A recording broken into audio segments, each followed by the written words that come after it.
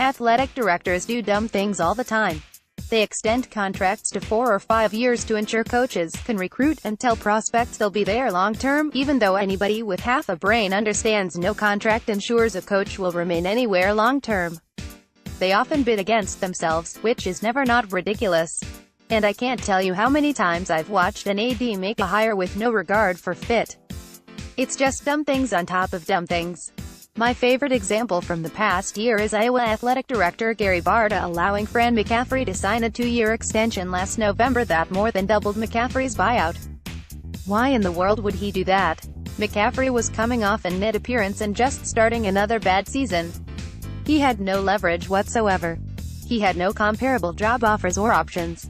So all that totally unnecessary extension did is provide McCaffrey with a questionable raise and increase his buyout from $4.6 million to $10.2 million, meaning if Iowa wanted to fire McCaffrey right now, after finishing 4-14 in the Big Ten, it would owe him $5.6 million more than it would have owed him before that stupid extension was signed. Iowa benefited from the extension in no way. That's the long and short of it.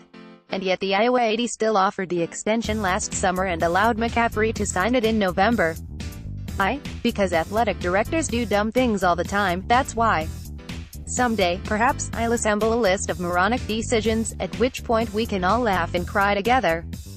And, believe it or not, that Iowa store will not top the list because this Pitt store will forever top the list. Pitt lowering the buyout of Jamie Dixon, who had made 11 NCAA tournaments in 13 years, to encourage him to leave for TCU remains one of the worst decisions in recent memory. In 2 years, Dixon took TCU from nothing to the NCAA tournament. Pitt is now ranked 227th at KenPom. Gary Parrish, at Gary Parrishubs, March 8, 2018. Pitt's decision to lower Jamie Dixon's buyout in March 2016 to encourage him to leave for TCU after making 11 NCAA tournaments in 13 years was dumb when it happened.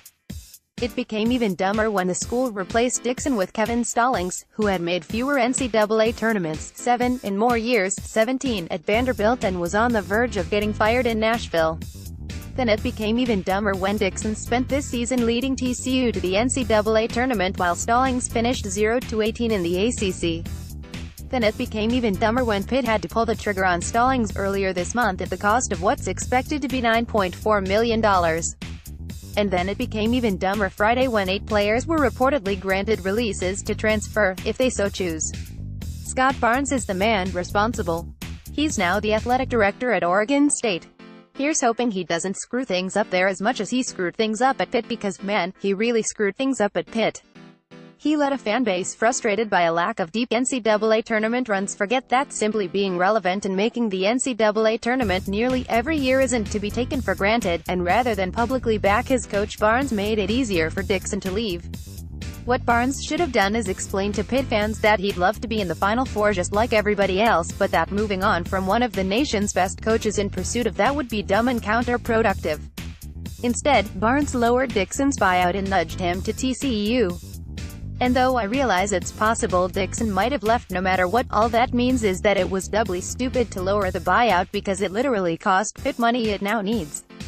Barnes should have said, "Jamie, if you want to return to your alma mater, I understand. But I'm offering you a raise to stay.